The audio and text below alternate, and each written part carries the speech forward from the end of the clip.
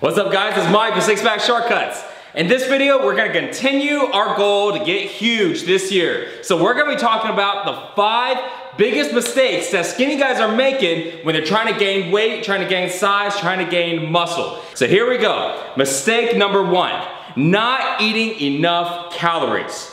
This is probably one of the biggest mistakes when it comes to eating, because if you don't get enough calories, you're not gonna have the extra building blocks you need to gain more weight. Think about it. If you eat 2,000 calories a day and you burn 2,000 calories a day, you're left with 0 calories. So there's no more calories left. So if you're burning it all, what are you gonna use to gain that extra weight?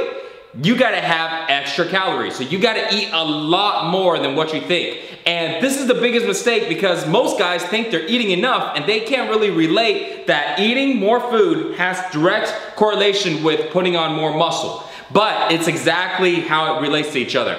More food equals more muscle. So if you're having a hard time putting on size, gaining weight, and you're wondering why, and you're thinking it's your genetics or you're thinking your workouts, check again. It's your eating, okay? It's definitely your eating, 100% reason why. All right, so mistake number 2. Not eating enough carbs. Most people learn that carbs are bad because they're unhealthy for you because of freaking Dr. Atkins, Atkins diet. And ever since then, carbs have been the #1 enemy. Ooh. Well, you know what?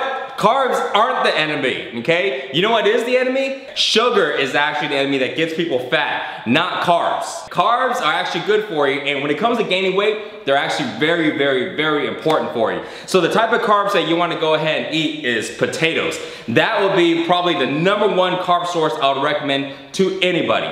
So when it comes to potatoes, you can use mashed potatoes, you go and cut them up and bake them. Mashed potatoes is really what I recommend to be the best way to put down potatoes. So anything that's mashed or anything that's cut into small pieces will actually help you eat a lot faster, and so you don't find yourself eating 24/7 throughout the day. That's why mashed potatoes are good, because literally when it's mashed, I mean, you can chew on it, because you're naturally used to chewing on it, but you can actually just scoop a mashed potato, put it in your mouth and swallow it. You know what I mean? Because it's mashed already. So you don't have to worry about, doing all that chewing. So it may sound really crazy, but trust me, when you're eating throughout the entire day, you want to make that process as simple and as easy as possible. So mashed potatoes is a great way to go ahead and really just skip most of the chewing process, and just get those carbohydrates down into your system. So as you're starting to eat these carbs, if you feel like you're starting to gain a little fat, here's a simple list that you want to start off with on the most extreme way to eat the carbs, and then it's gonna tailor down to more of a tapered way. So as you start off, I would always say, go the most extreme. Why? You want to see the results as fast as you can. So I would start off with mashed potatoes, white potatoes and mashed potatoes. From there, you go with like a baked potato, but still with the white potatoes. And then if you feel like you're gaining a little bit too much fat, then switch over to sweet potatoes, okay? You can mash it or you can go ahead and bake it. From there, you can switch down and dial it down to, let's say, pastas, which is still a very good way to go ahead and gain weight and good carb source.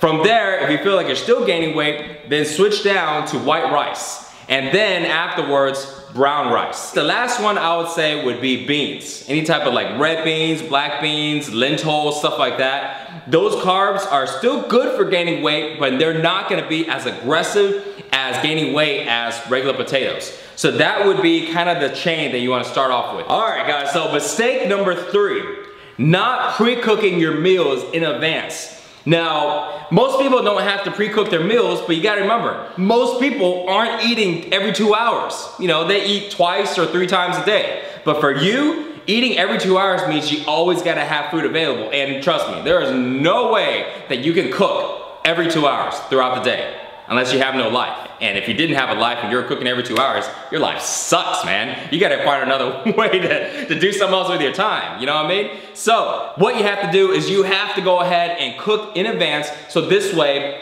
when it comes to eating, when the time hits, the alarm hits, it's time to eat, you got your meals already prepped for you. So let me tell you some really basic ways to do it. Really simple. Number 1, grab yourself a whole bunch of containers, okay? So you imagine that you're eating every 2 hours. So in a day, you're probably eating, let's say about 6 meals, right?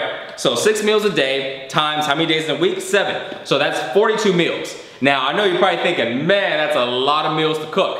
Don't sweat it, okay? Let's take some baby steps. I would recommend going out to the store, buy about 15 Tupperwares, containers, maybe up to about 20 at the most, and find a day to go ahead and cook, let's say 15 to 20 meals. Is it gonna last you the whole week? No. But this will go ahead and number one, get you used to cooking in bulk and cooking in advance, and also help you get used to eating the Tupperwares, okay, eating out of it. So we don't want you to cook too many in advance and then have them go bad because you didn't have a chance to finish it. So here's an example of a meal that I have. There you go. So this meal right here, medium, not really exactly for gaining weight, but so-so. Okay, so because we have the red meat, but we have brown rice. If I wanted to go ahead and make this into a mass gaining meal, what I would do, I would leave the steak as is, leave the vegetables as is, swap out the carbs. See how it's brown rice right now? I would probably put mashed potatoes. I'll put some milk and butter. Well, that's how I'd make it with, but you know what else I would put? Gravy and cheese. Man, that is my favorite. You put that combination, I spread it over everything, I would flood this Tupperware with some gravy. I would make this bad boy weigh like another extra pound. That's how I would do it. Now, if y'all don't like gravy, you know, suit yourself, but I'm just telling you, that's my personal favorite. But that is how you make this meal into an extreme mass gaining meal. All right, so moving on to mistake number 4, which is eating crazy amounts of protein when trying to gain size. Now, that sounds really counterintuitive because everywhere you read, it's always make sure to eat protein, get protein, muscle gaining, it's all about protein. So this is what guys do. They eat too much protein. Now, here's the reason why this is a mistake. So eating too much protein is gonna not focus on eating enough carbs because protein is good for building muscle, but number one, your body can only absorb so much protein throughout the day, and that's it. And it's usually about 1 gram of protein per 1 pound of body weight. So let's say if you weigh 150 pounds, the most amount of protein that your body will be able to handle would be about 150 grams of protein. And also that's making sure that you do very intensive workouts. So this way your body can break down more protein. Because if your workouts aren't intensive enough, your body's not even gonna be able to absorb even that. It's not even gonna be able to absorb 1 gram of protein per body pound. So you see what I mean? So you gotta make sure that when it comes to your protein, what I recommend is keeping your protein amount about the same as before. So you wanna keep it about 1 gram of protein per body weight. If you weigh 150 pounds, 150 grams of protein will be more than enough, okay? But on the other hand, make sure you bump up your carbs.